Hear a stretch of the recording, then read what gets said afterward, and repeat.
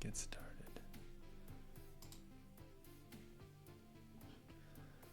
Where did we leave off?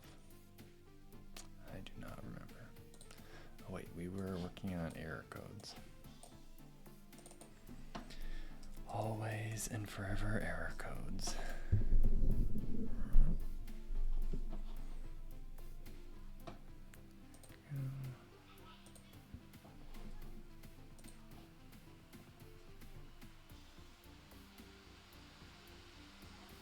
All right.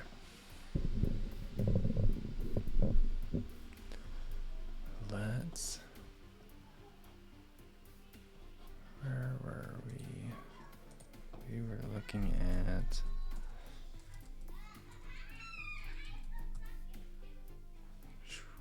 man, the kids are having a good time out there. Let's see.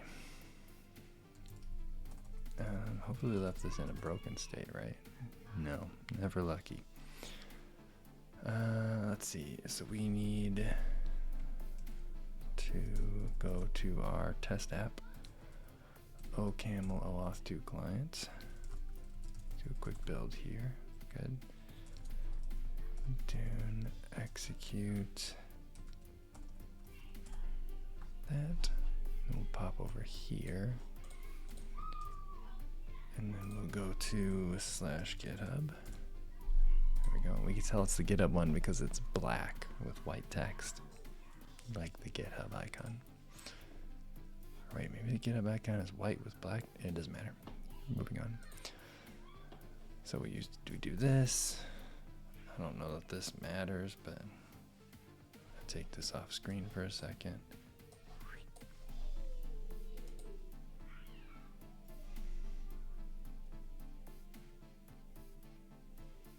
Bring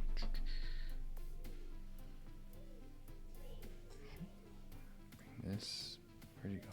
There it is. Nope, come back. All right, internal server error. This is the problem we've been fighting. So there we go, we can see incorrect client credentials. Good, that's what we want. I mean, it's not what we want, it's very bad, but it is going to be what we work with. So we've got this error coming back, but we notice that it's coming back as URL encoded string. This is not JSON. So when we're in here, back in GitHub, that was swap file. Delete it. Always delete your swap files. They're useless. They'll never help you. This is not legal advice.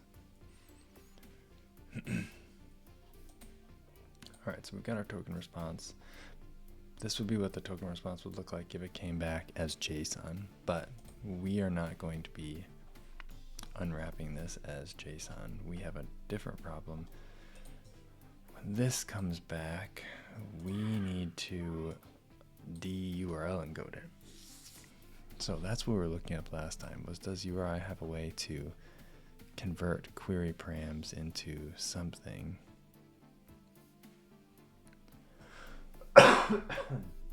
So we have this. We could kind of use this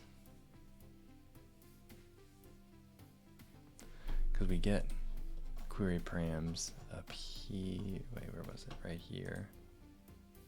No, not here. It's in main. So we get query params right here, and we can expect specific ones. And we just looking at the types for the URI library, we can see that we are getting something. So we can ask first, we can do a get query param on that string that's returned. We can ask for individual values, and if it's not there, it should give us none. And if it's there with no value, it should just be some. If it's there with an equal sign, we should have an empty string, and so far and so forth. So I think this is probably going to be the easiest route. Whether it's the best route, I'm not sure, but it's the easiest route because the URI package is just part of the standard library, if I'm not mistaken. So that way we don't have to include any extra stuff. And we want to, as much as possible, avoid adding extra stuff because it is a library. And libraries need to include as few dependencies as possible. Partly because it helps them build faster, though that's not really a problem with OCaml, but also partly because this is a security library, and so we want to make sure that we're secure. And anytime you're injecting code from someone else, you're just opening up the opportunity for a vulnerability to show up, before that point. So if someone could breach one of those lower dependencies, then they might actually be able to harm your library as well, which we don't want, because Savvy is a safe OAuth 2 client. So here we are. We're going to grab one of these because this is kind of what I think we're going to be using. And then we're going to just go back here. So when we get this string, what we actually probably want to do here is this code query, because we need to look for a couple of things. Our access token. Oh, this is the response, right? So we need these are the three things we need. Let's just grab these and bring them down here really quick.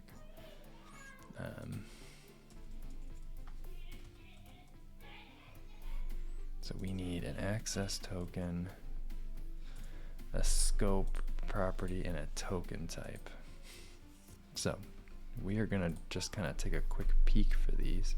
Let's change this. This is not where it's gonna be. We're gonna be looking in body string. This expression has type string, what is expected of URI.t. Wonder if we can fudge that, if we can just lie to it and tell it that this is a URI.t. Or if we can maybe convert this to something else.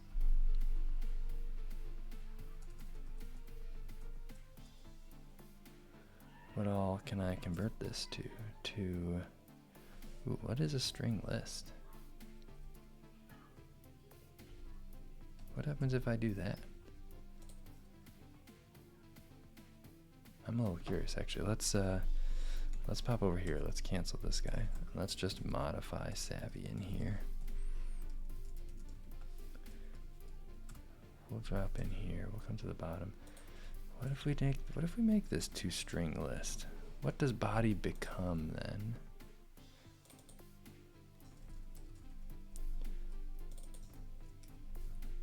Actually, this print line doesn't matter.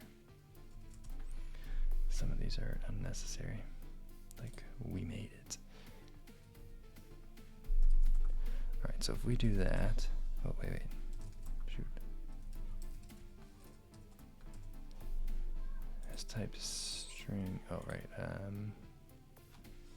shucks, how do I wanna iterate over this? It's a string list, so this is gonna be, is there a print list? Let's do a quick search. Google.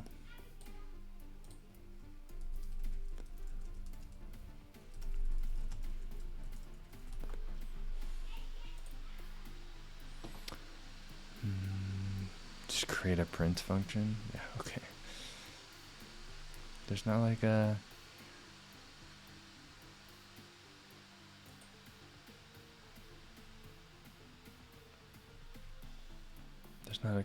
like a fun library that just already does that.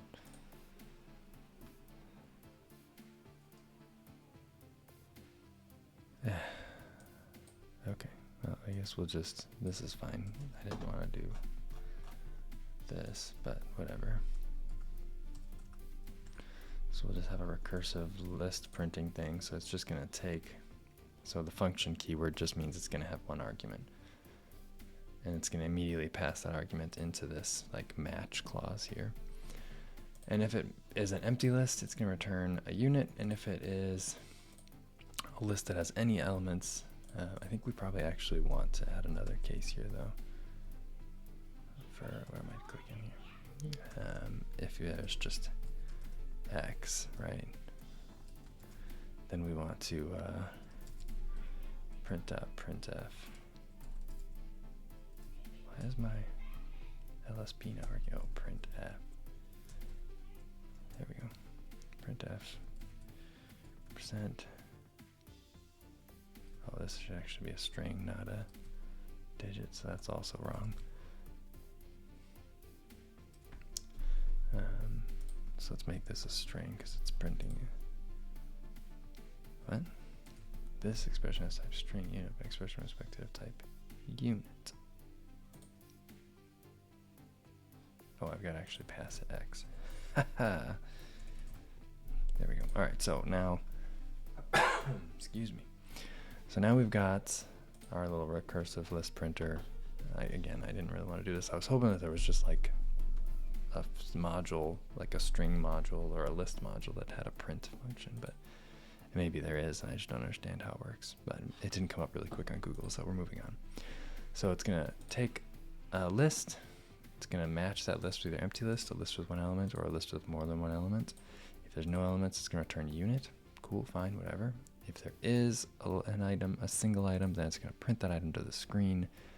And if there, oh, I guess we don't need a space at the end if it's the last one. And if there is more than one element in this list, then it's going to print that and then continue recursively calling itself until there isn't any more. So let's do that. Pop back down here. And where did I put it? ToString list. Oh, did I just delete it entirely? That was helpful. Body string. There we go. All right, so that worked. That's always handy when things work. So we've got to do and build successfully. We'll run this. So we'll pop back over here. And I closed it. That moment of extreme disappointment. All right, we're gonna authenticate. Click this. Internal server error. Nothing. It didn't print any of the things. That is disappointing. What did we do wrong? So internal server, does that mean that it blew up on the list thing? Maybe that's the problem here, right? Maybe it actually choked on the list. Maybe this doesn't do what we want it to do. Maybe we move this back to string. Whoops. We know what a string is. We know how to handle a string. Print end line. This all works. So let's just double check, right? Put it back. Oh, unused. All right, okay. If you're going to be really picky about it, that's fine. I don't need this anymore. So we'll get rid of that. And then let's just quick execute this. Go back here. Try this again. Click that. Click this. All right, we get our string again. So it must have choked on that string. Man, there's just not a good, like, low-key way to just get this. Okay, I don't want a string list. I want this to be a string. Let's do this. Let's do URI.ofString. Let's just grab this. I don't know if this is gonna work or not though. Ooh, it's got a warning. Unused variable code query. Yeah, I don't care about that. Let's just do a print line for code query.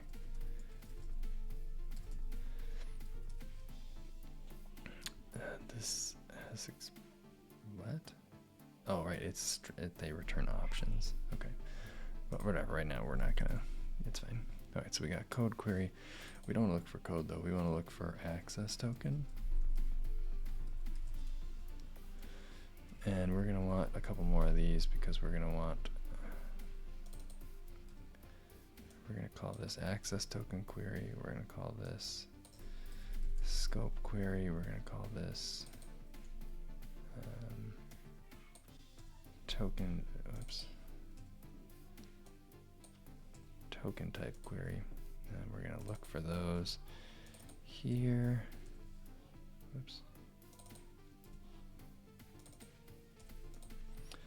from our body string, get query param from URI. Actually, I'm still not convinced that this will work because this string really is not a URI. I guess I could append stuff onto it to make it a URI, but that would be no bueno. We don't want to do that. There's zero reason why we want to be doing that. So let's just grab the, we don't need this anymore.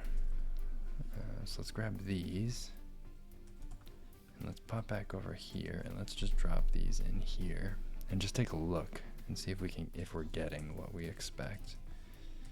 So we're debugging. All right, so drop this in here. There's a way to immediately evaluate an option. OCaml immediately evaluate an option. I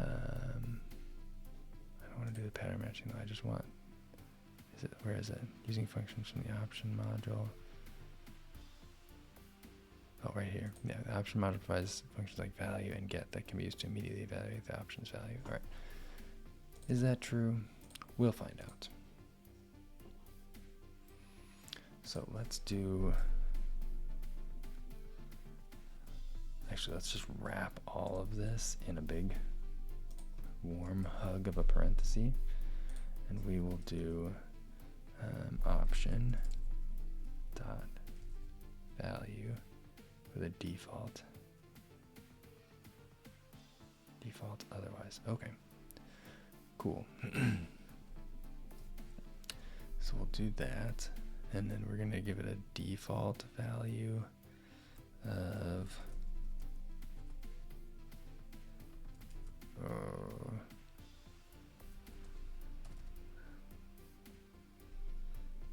not found, right?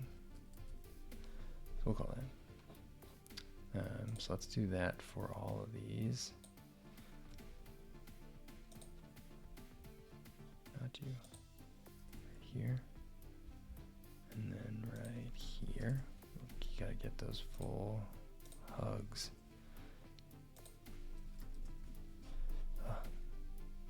Crunching. There we go. Alright, so now we're getting strings. So I think now we can do print endline access token query. Yes. Okay. So let's just grab this and let's just log them all out.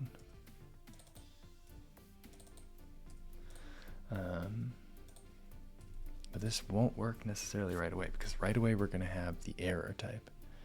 Hi, good morning, Boot for Dev. Boot for Dev. What's up, man?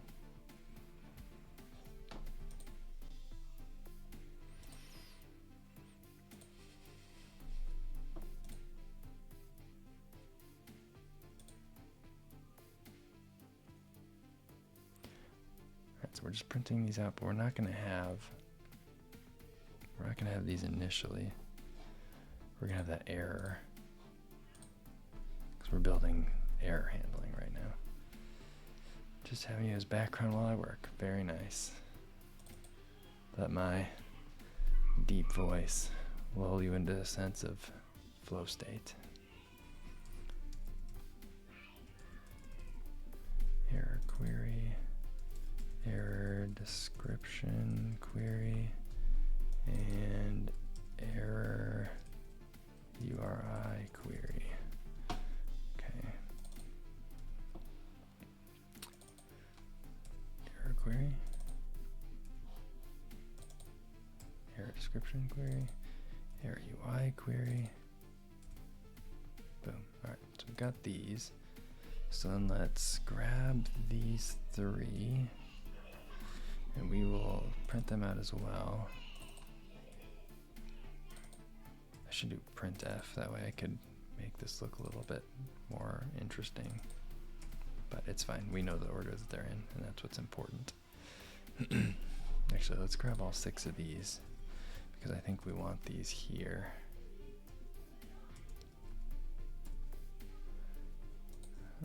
For later. Okay, so we've got these. Everything should build now. Good. Oh, camel, my camel. What's up, Emmett? I'm even wearing the official swag. Gotta represent, you know.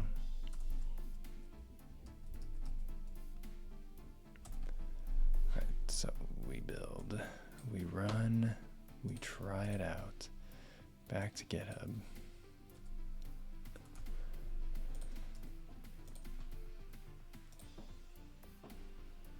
Authorize. Alright. Disappointing. Not found.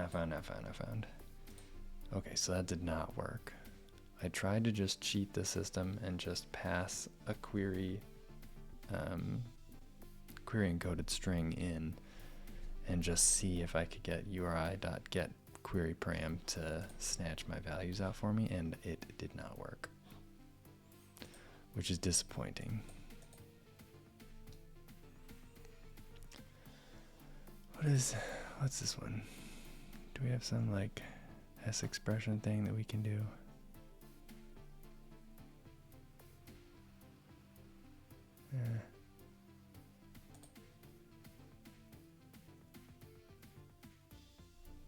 Okay. Shucks. Of string percent decode. Percent decode a percent encoded string. Okay, that could be interesting. Convert a URI structure into a percent encoded URI string. No. Is there not just like a... Like seriously, there's not just a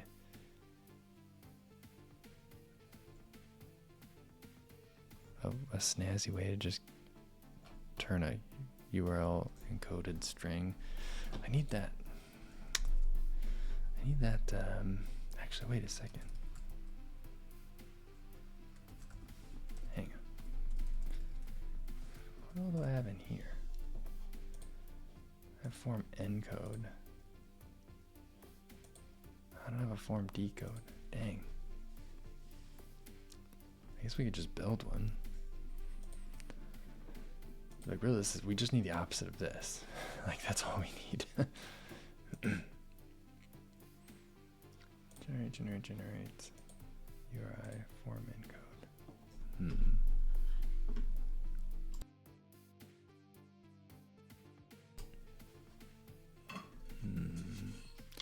Let's see, how are we gonna...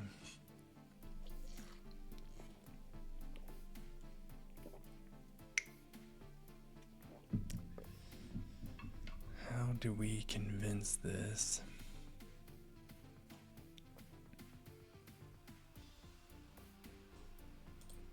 Let's just ask. Oh, camel. Wait, what was that thing up here that I was looking at though? Where's percent decode? Where's my shucks, where did I save that? Notes to myself file. Okay, so yeah, it's all URL encoded. I don't know if percent encode is going to replace the pluses with spaces or not. That's kind of the question I feel like I've got here. I guess we can just find out. We can just give it a shot. No harm. So let's come down here. We're doing all of this and this did not work. Disappointing. Let's just hide this for now then.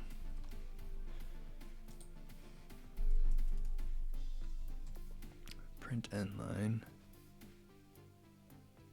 Looks like it takes a string and it returns that percent.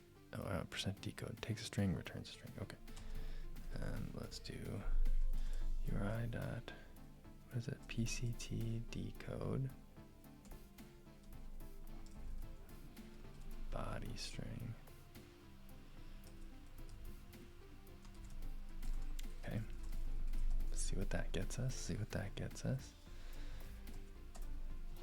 come back over here. Try not to close it this time. Delete this, run this, click that. Alright, that did basically nothing. Oh no, it did percent decode it. It didn't take the pluses out though. Maybe that's fine though.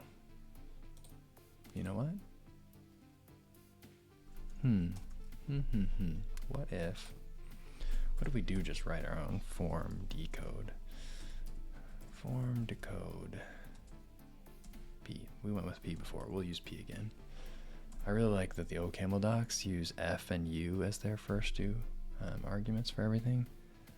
It's just like, as I'm like trying to read through how to like use like fold left. It's like fold left FU, map FU. I'm just like, wow, okay.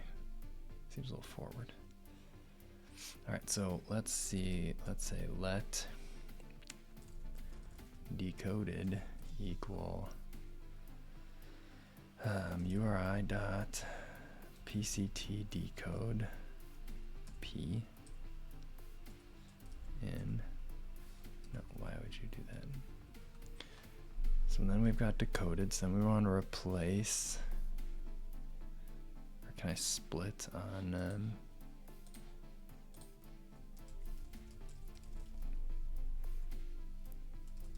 Just split on character. It's like function. Yeah, don't use string regular expression strings while you're matching fixed strings. Use string split. Okay, I'm here for it. I shouldn't just be storing these all in values. We'll clean this up at the end, so don't panic. We'll use like arrows or something. That way we feel OCaml-y.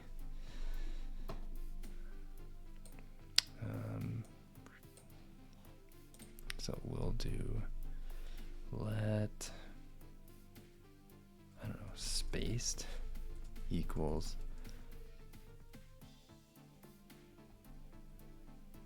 str string. What is str in this context?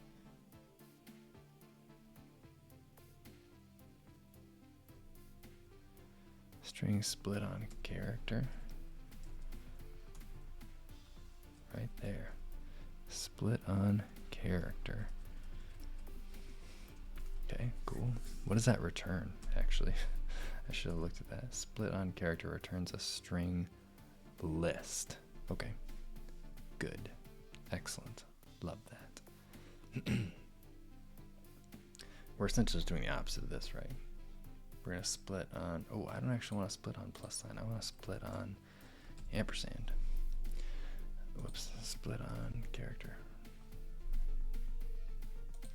Hello? This expression is type string, but expression was expected of type character. Oh, right. Haha. Single quotes for characters. In case anyone was unaware of that. OCaml requires single quotes around characters, double quotes around strings. Just a nice handy way you can tell what you're looking at right away. Alright, so we split, so we decoded the string, and then we have split it out into a list on the ampersand. So now we should have a bunch of things that look like value or parameter equals value with pluses instead of spaces. So now we need to replace maybe there's a string replace. Let's just try that out. This is going to get us a list. Should I just do another split on each one of these items? I need to swap to arrows here. That's going to get crazy otherwise.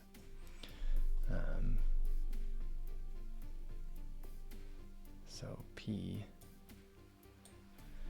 will be P goes into here, which, oh, I don't need that. P will go into here, and its return value will come into here.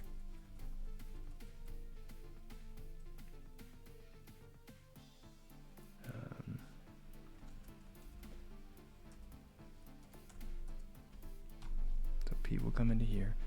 Actually, let's clean this up too. P will come into here. It'll be percent decoded. It will be returned and passed to this. Get rid of this in clause. It's going to split on that character. And then we need to list.map. And we want to, wait, do we have to put this in parentheses? It's weird that I put it in parentheses like that. Let's just keep with it though. Function, the key, and the value. We're not barbarians, we put spaces between letters. So we're gonna, for each key and value, we are going to, well, this is just printing it. I want to split each one.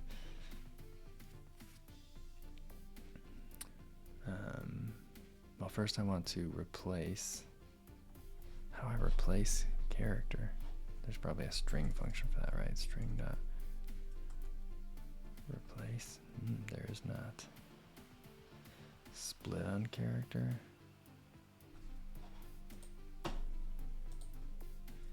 Okay, and we'll replace character in string.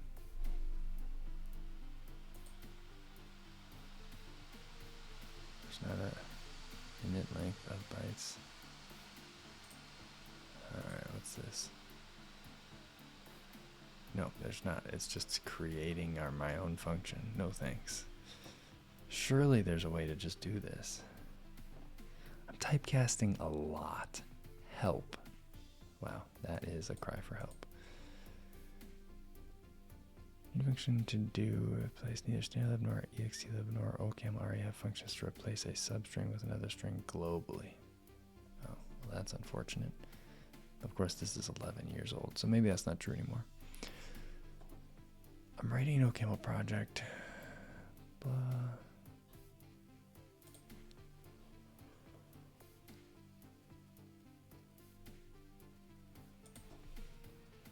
Yeah, that's not really what I want either. There really is no way.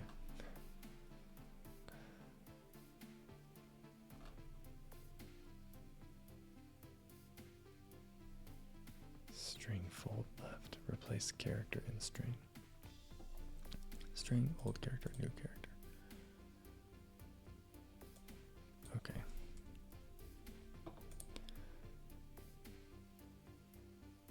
I don't know. This feels like such a hack. It feels like surely there has to be something that does this, right? This name's got to change too. I'm gonna have to clean this whole thing up. But let's just see if it works for now. For each thing I want to... actually, let's do begin and end. Because there's going to be a couple things I want to do in here. Let's do...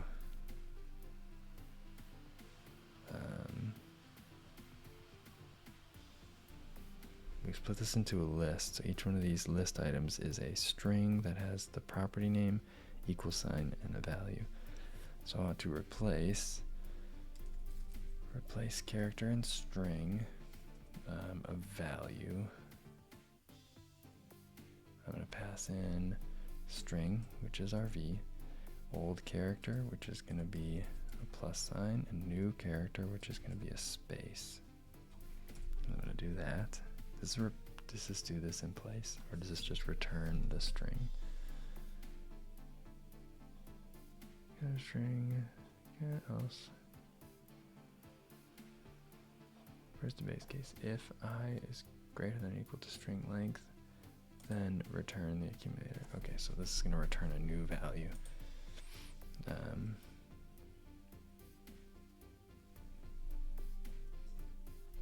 So we can do that. Well, let's just store it in a let spaced. We'll call this one spaced. We were going to use that before. We'll use it now.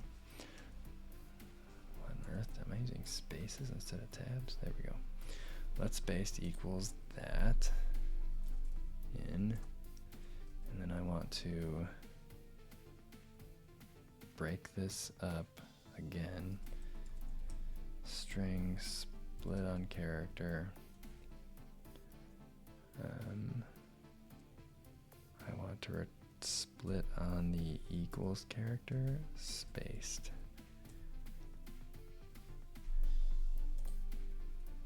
This expression has a type string list, but an expression with respect to the type A star string list. The string is not compatible with type. Okay.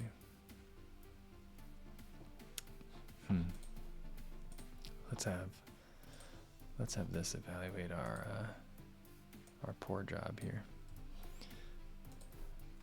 I am trying to write a quick and simple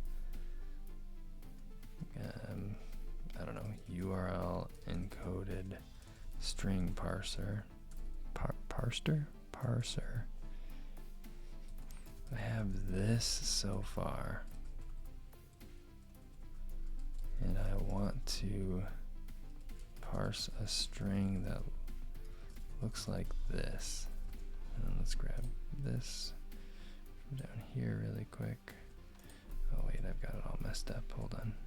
I put in new lines so I could see how things look. Okay, grab what?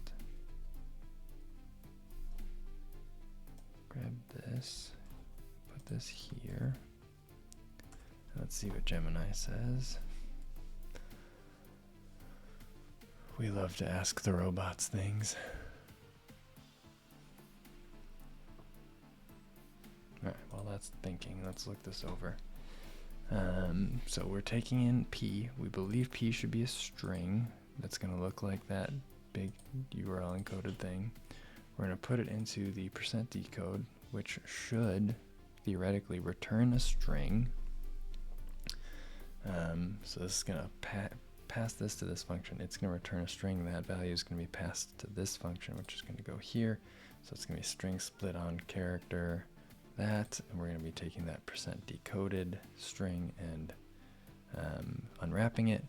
That should turn it into a list of a bunch of strings. So that list should be passed into list map.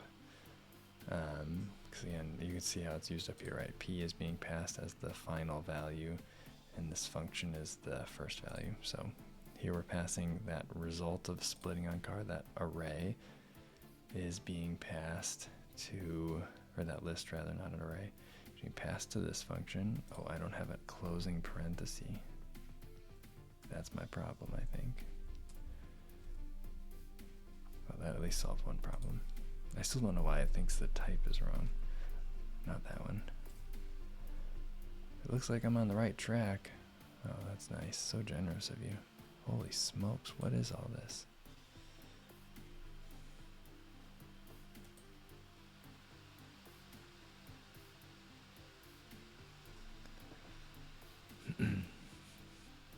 I really need to convert these into a struct, though. I really don't want to just turn these into a list that I have to figure out. I would really rather get a struct back that I can access keys directly on. Because this is just going to iterate over that list. So it's already clear that I did it wrong enough that Gemini is confused now, so that's unfortunate, but not totally unexpected. All right, so we map.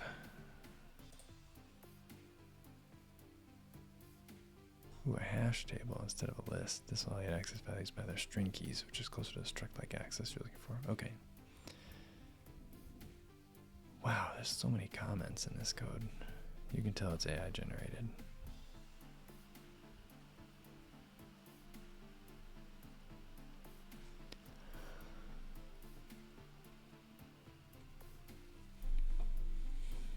Wow, I couldn't do any syntax highlighting for me here, huh? Alright, so let's expand this for a second. So we're doing replace character and string. String map, old character, new character. What is all this jazz? If this could be done just like this. Function C. If C equals old car, then new car, else return C string. Wow, okay, yeah, that would have been much easier. Does that work?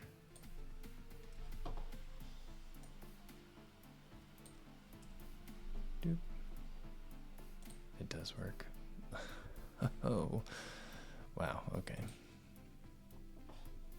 That's fair though. I should have looked at how big that was and immediately been like, there's too much going on here.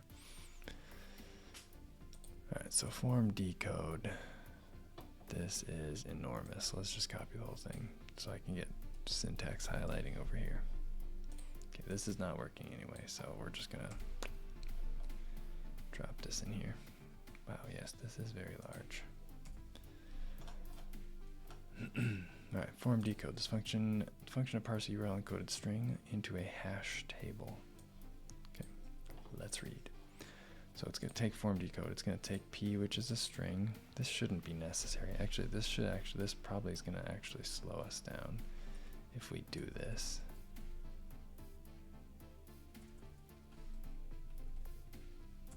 I think we can do that, yeah.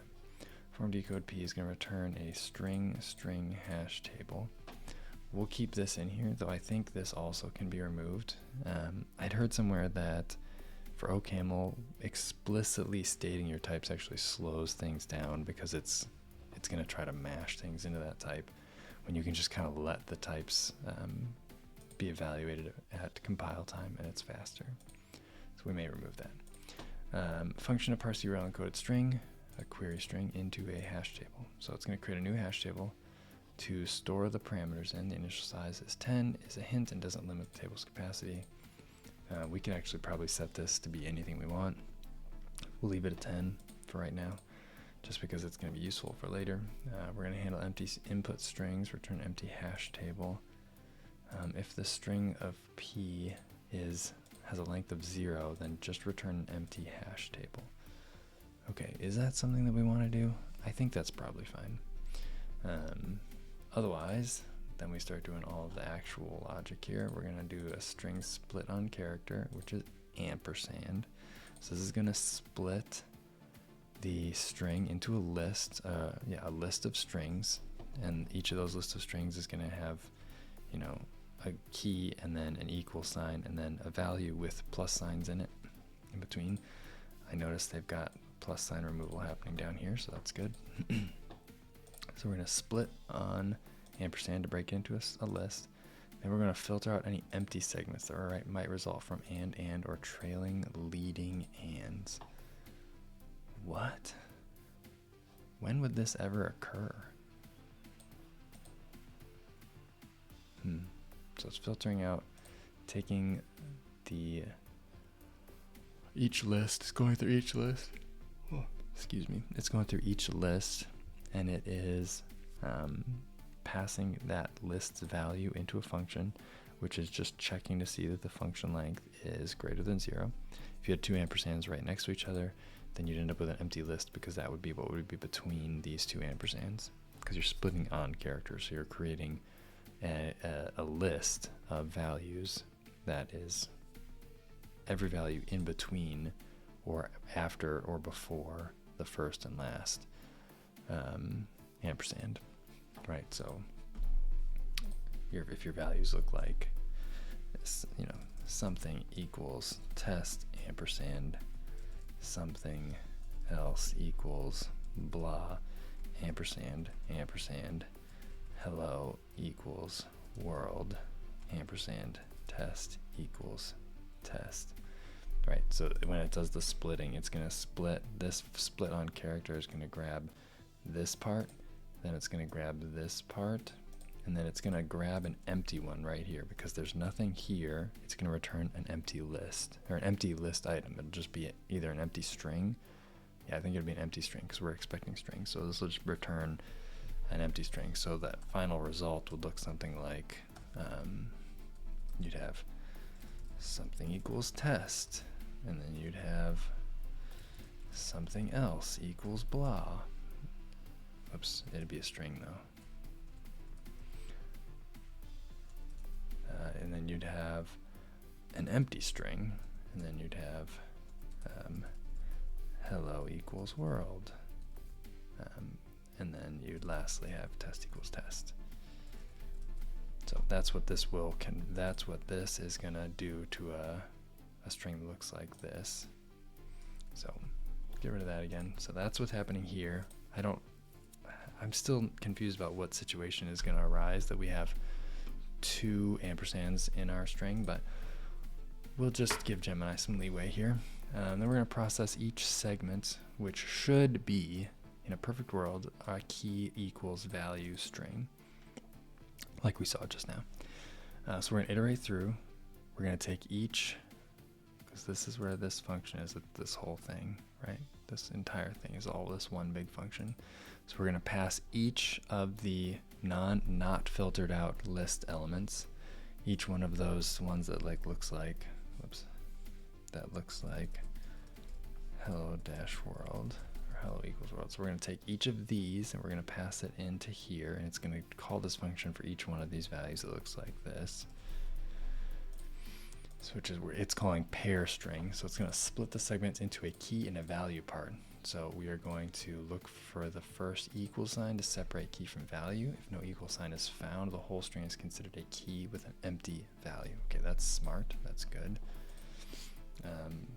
So we're gonna get raw key, raw value is going to be equal to matching string index option pair string equals. What is this? Let's find out. We need to do some research here. String index opt. So let's come here. Camel string dot index opt. We need to learn index. Is this even a real thing? Here it is. Doesn't really tell me what it does. It takes a string and a character and it returns an int option. Oh, okay, so this gets us our index. This gets us the index of the, I'm assuming, first instance of a value. It doesn't really say here, but I think just looking at this index option, you take a pair of strings, so that's this value, that hello equals world, and we pass it the character equals, and it's going to return the first index. So you'll see it's going to return an option, right? Index, integer option. So it's going to return either some index saying that it found the equals, or it's going to return none saying that it did not find equals. The easier case to evaluate is the none.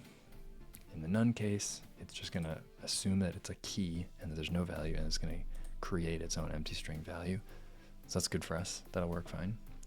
And if it finds an index, then it's going to actually do something else. It's going to do this sub, which I'm assuming is a substring like you'd expect to find in JavaScript. Extracting substrings. Yep. Sub s position length is a string of length len containing the substring of s that starts at position and has length of len.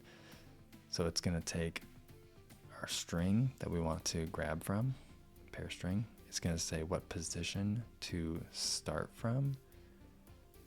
In this case, it looks like 0, and it says it wants us to grab this length. So we're going to go the length of index. So the reason we're starting at 0 here is because we expect that our keys are always going to be the first part of our little string, right? It's going to be key equals value. So we're going to start at 0 and then go the length of up to equals, but we're not going to take the equals because it's a string of length. And index is it's a 0-based indexing system. So when we take the index, which I'm assuming was also 0-based, then in our example of something that looks like hello equals world, this index opt is going to say 0, 1, 2, 3, 4, 5. It's going to say 5, or maybe it's going to say 4. No, it should say 5. Index 5 is where that value is. 0, 1, 2, 3, 4, 5. So it's going to return 5 as the index, and then substring is going to say starting at 0, take 5 characters, 1, 2, 3, 4, 5. That's going to give us just the word hello. Now we're going to grab another substring, And we're going to start that substring at index +1. So we're going to go 5 + 1. We're going to start collecting here after the equal sign. And then we're going to go to the remainder of the string length. String length of pair string minus idx minus 1. So we're just going to go with the remainder of the string length. In JavaScript, you would just omit your last value, I think, and that would get you sort of what you want, right? That would just say go to the end. OCaml, we have to be a little more specific with how far we want to go. So here we give it a value and tell it to go to the end. So that's what that's doing. That's grabbing our value. So after it comes through here, it's going to have a value, raw key, and a value, raw value. And that's going to be what we want to convert. So we're going to decode the key. We're going to replace any pluses with spaces. So here we take our raw key. We pass it into a function to replace character and string plus with equals, or plus with space. And then we also do a %decode. So it's just like, did we not do %decode already? I guess not. Okay. So we'll do our %decode, and then we're going to decode the value, which is essentially the exact same thing. Literally it is exactly the same thing. And then we're going to do a hash table replace, which is just how we store stuff in a hash table. There's no lib for this in OCaml. No, that's what is really confusing to me. There's not like an already existing one that I've seen. I did do a cursory look and was not able to find one. But also, we're writing a library, so building this ourselves isn't totally bad, because it's going to be like, this would be a really easy library for someone to do like a dependency injection attack and be able to subvert Savvy. So this way we can be sure Savvy won't be susceptible to that, because we built this ourselves. And it's just good learning to understand how it works. Yeah, so then hash table replace just puts the value into the hash table, and it's replaced because if this key already exists, then the value will just be updated with the new value. So that means that in this case, if we have multiple query parameters that have the same key, it's gonna just only keep the last one. I don't know if this could be problematic later. Last one wins. Yeah, it even notes that here. That could be, I think in most of the JavaScript libraries I'm familiar with, when you're doing like a query or a query string evaluation like this, usually if you have multiple query parameters that are the same, it's going to turn them into an array. I think that we might go back and update this to do that same thing someday. But for right now, for what we're doing, that will not be necessary. We know that there are not going to be any duplicate values in our use case, and that's just fine. That's good enough. So this is then going to return a populated hash table. So we can just use the hash table. There's some example usage down here that it gave us. We can decode all of that, and then we can do a check. We can match. Here's just one example of what it looks like.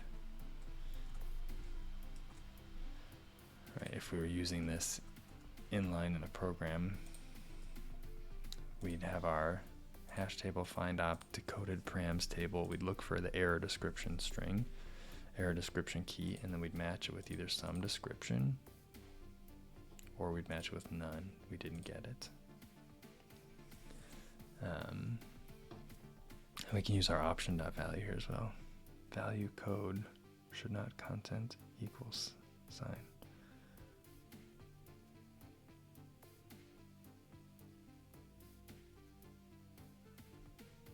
Code equals my secret equals code.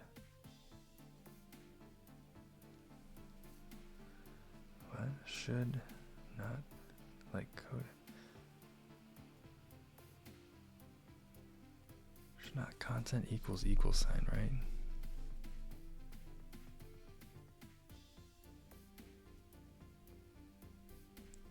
Yes.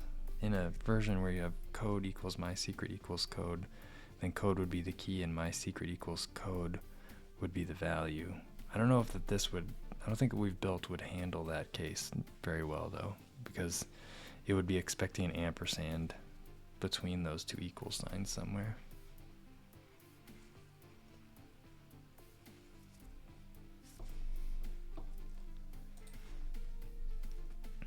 I think I'm understanding what you're asking.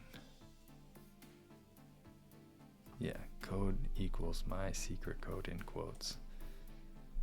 Should be results. You're saying if you have a value that comes through that looks like this, code equals my secret equals code, then how would our current library implementation evaluate it? And I think the answer to that would be because this would have like an ampersand on it somewhere. And I think you're right, that I think ours will use the first equal sign. So I hope there's a specification OAuth 2 that code can't have equal sign. Well, we're going to be we split on ampersands first. So if a value coming back from an auth server had an equal sign, we'd be okay, because your example would have, like if you're assuming like the JWT style, right? Like it's going to be something blah, blah, blah, blah, blah, and then dot and blah, blah, blah, blah, blah, and then like two equal signs on the end. In this case, we would be okay, because your value would be evaluated as this. It would show up as code would be your key, and then all of this would be your value.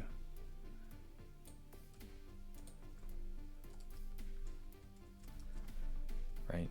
And that would still be fine if you had other things here. So it's like you got a code and then you've got your state value afterwards, right? And that's just gobbledygook. That would still be okay because it's going to split on this ampersand first. And so you're going to end up with two values. Whenever it's doing the evaluation, it's going to be evaluating them like this. And it will still always use the first equal sign. So if you have like a JWT-esque value or like a base 64 esque value with equal signs in the middle or at the end, it should be okay.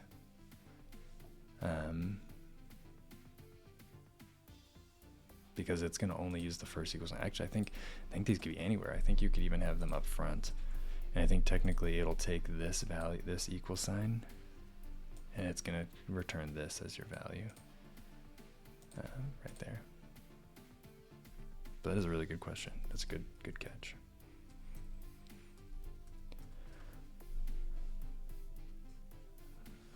Oh yeah, no, we're just using just the first equal sign for now.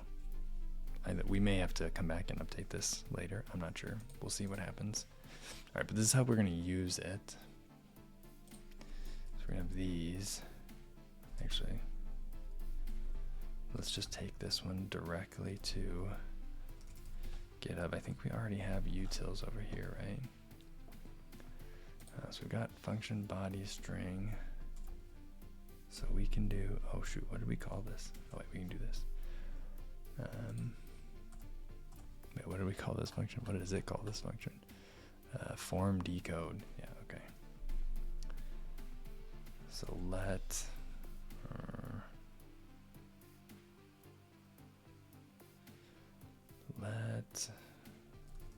decoded equals, we need utils dot form decode. We're gonna have to build body string in this. It's gonna say it doesn't match because it doesn't know what that is, because we haven't built yet. Once we build, it'll be less confused. I think we actually just want to get rid of all this. I don't think this is helpful. So let's do a quick build. Decoded params table. Oh, I've named it the wrong thing.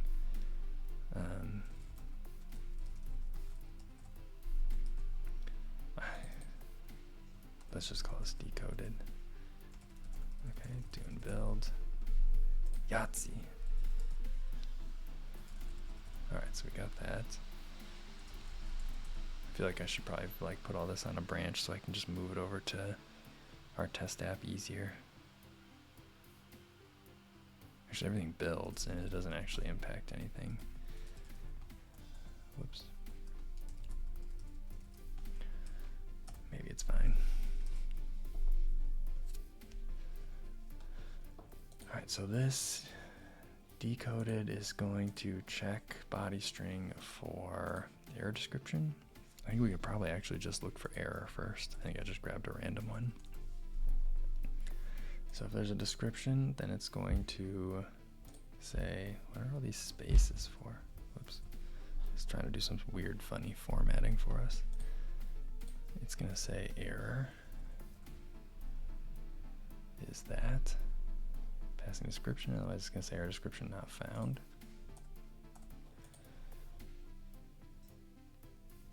We can start with that for now.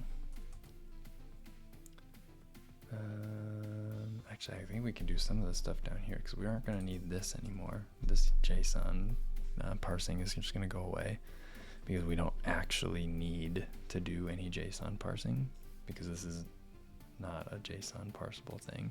So really this whole match case down here is just going to become this. I think we're just going to do a check for error. If error is there, then we're going to go into error evaluation. If it's not there, then we're going to assume everything's good and we're going to just toss the good stuff to people. So we'll just do an LWT return on the access token that's returned because that'll be the only thing we actually care about at this point. Oh, and I've got to go in about like 5 to 7 minutes. I have to go eat my breakfast and get to work. All right, so we've got this decoded.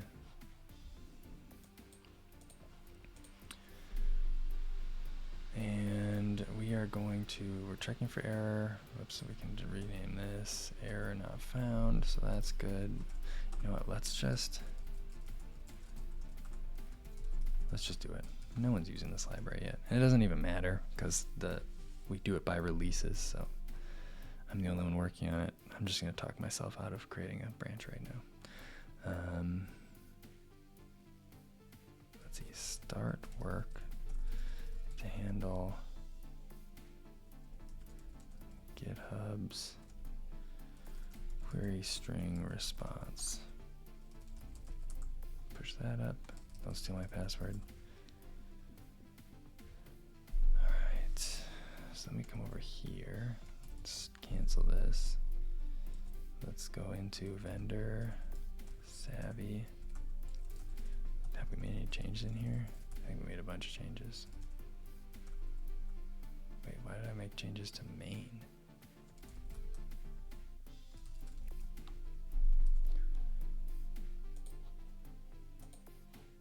I don't know why that's changed. That's weird.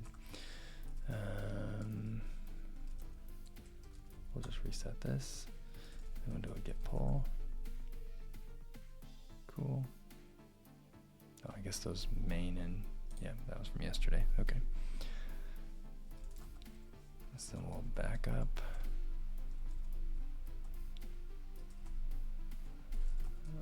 Alright, so oh wait, I don't need to be in here, I need to do in build. Okay, it builds. Let's just take a quick peek at savvy/GitHub. Okay, so we're gonna be checking this. I think we can just run this. I think we can build, and I think we can just run. So far back, should have just typed it.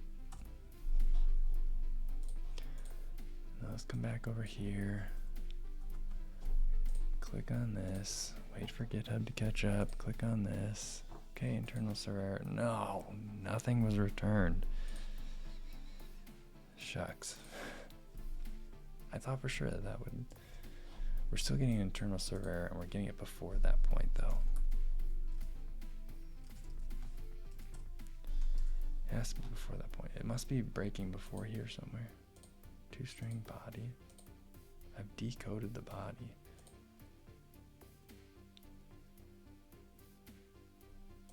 Wait, let's do, oh wait, I'm not doing print line here. Oh, let's try that.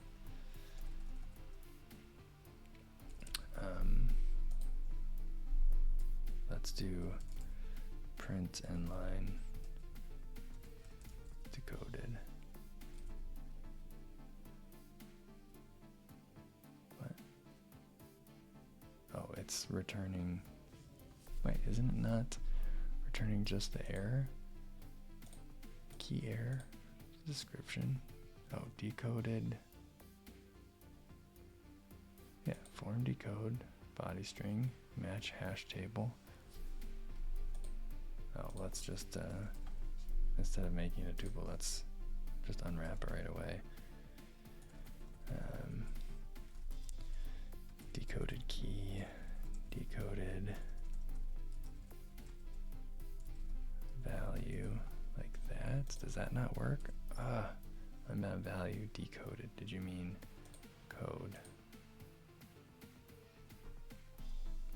Find opt. Oh, this should be decoded key. Okay. This expression has type string hash table and expression respective of type A star B. How do I unwrap this? All right, let's go back to look at these usage notes. Error value, hash table find decoded params table error in.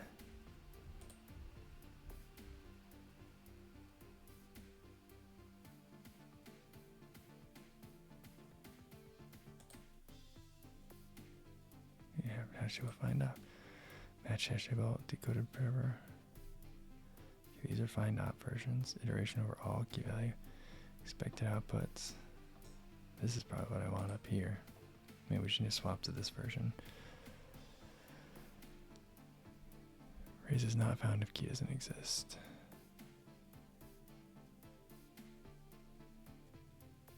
That might be, oh, try. It's just using a try with not found. Okay, let's try that.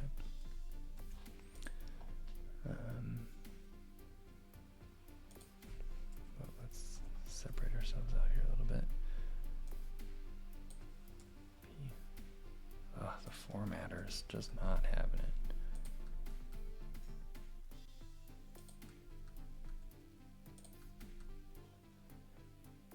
All right. So, whoops. I was supposed to keep that utils thing out, huh? Not a const. This is not JavaScript. Let decoded equals form decode utils dot form decode body string in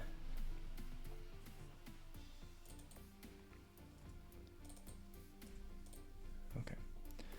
Just doing printf. I don't feel like printf actually works the way I want it to though. Yeah, just do print end line here. Error. I don't need any of this nonsense. Print end line. Good. Semicolon for tact. And then just do print end line here.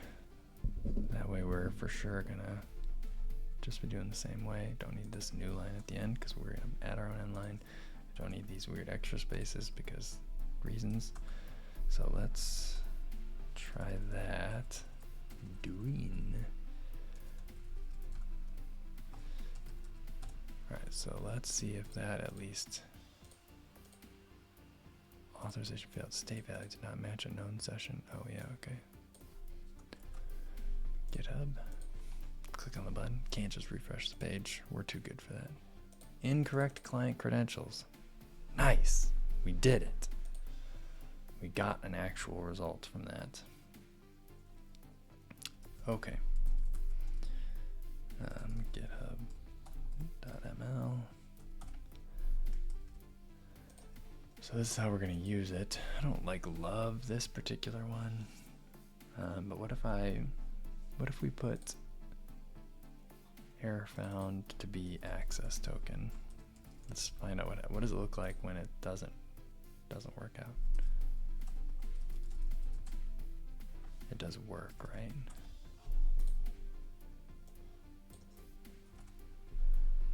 Try this.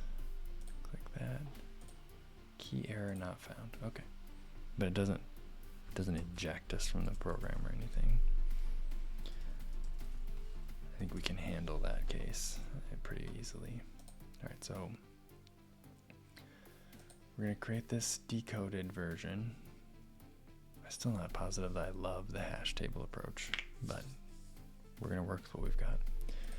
And it gives us the opportunity to check for access token. If it's not found, it's going to do all this stuff. So I think essentially we can take this and build it from this. But we don't want to do it here, right? We want to do this over in Savvy. Made that mistake the other day. Trying to remember what changes we made in which place was not great. So we come down here, grab this. All right, so here's our new situation. We're gonna have decoded, we're gonna decode the body string, and then we're going to try to grab the value called access token, because that's what we're expecting to come out from our response type. If we find it, we're just gonna print it for now. Otherwise, actually, if we find it, we should return LWT it, or LWT.return it. So let's try access token.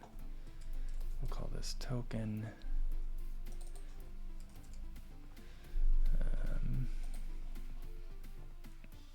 So if we find token, we're going to do LWT return OK token.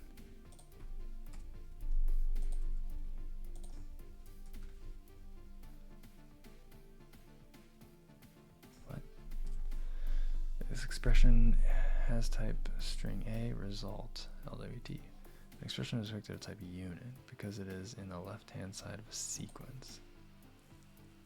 Huh?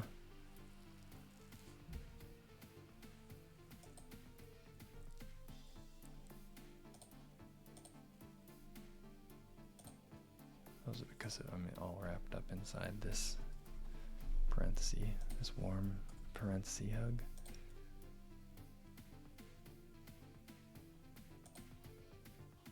I think I probably don't actually care about all this right now. Is this the end that I want to get rid of? Yeah, I think so.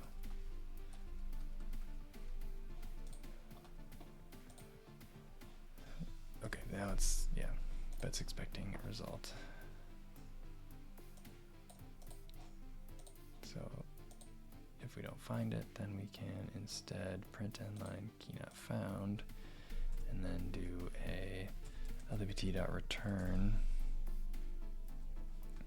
and we'll return error. I need that error description, but we're gonna just do this for now. It broke. Okay. This variant pattern. Oh, did I mess something else up though?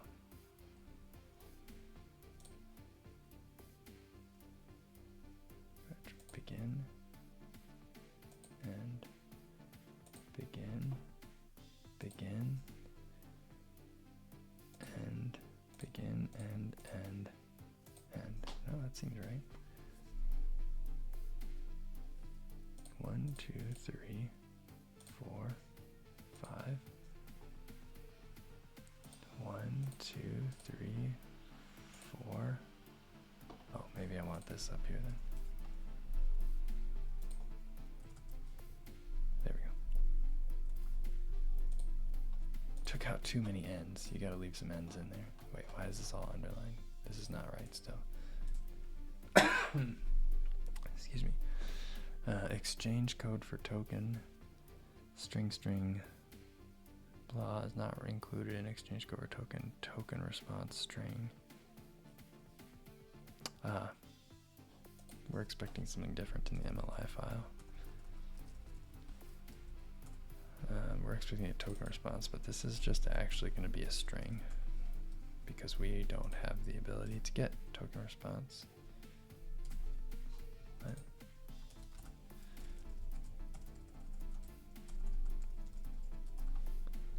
wow. Token.access token. Oh, right. It's expecting a whole thing, and I'm not returning that at all. I'm just returning straight up the access token. I guess I could wrap this into an access, or I could just do this. And then it doesn't care. GitHub. This is still complaining. Yeah, signatures don't match. String, string. Chain for code, token response, string. I thought I fixed that already though. Yeah, string, string. I'm not doing this in Savvy's MLI, am I? I took Savvy's MLI out entirely.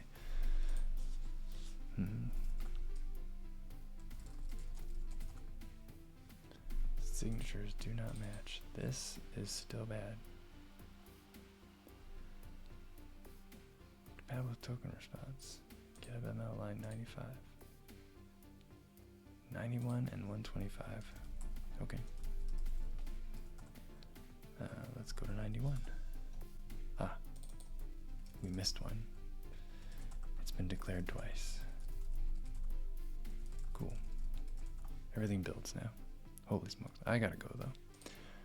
It has been fun. I guess I will raid somebody. Let's see who is on.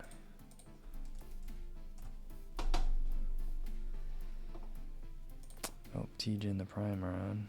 And Primogen.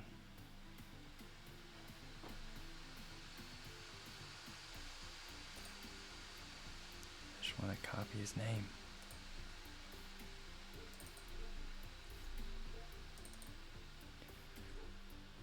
Alright, we will jump over to Tej and the Primogen here in a second.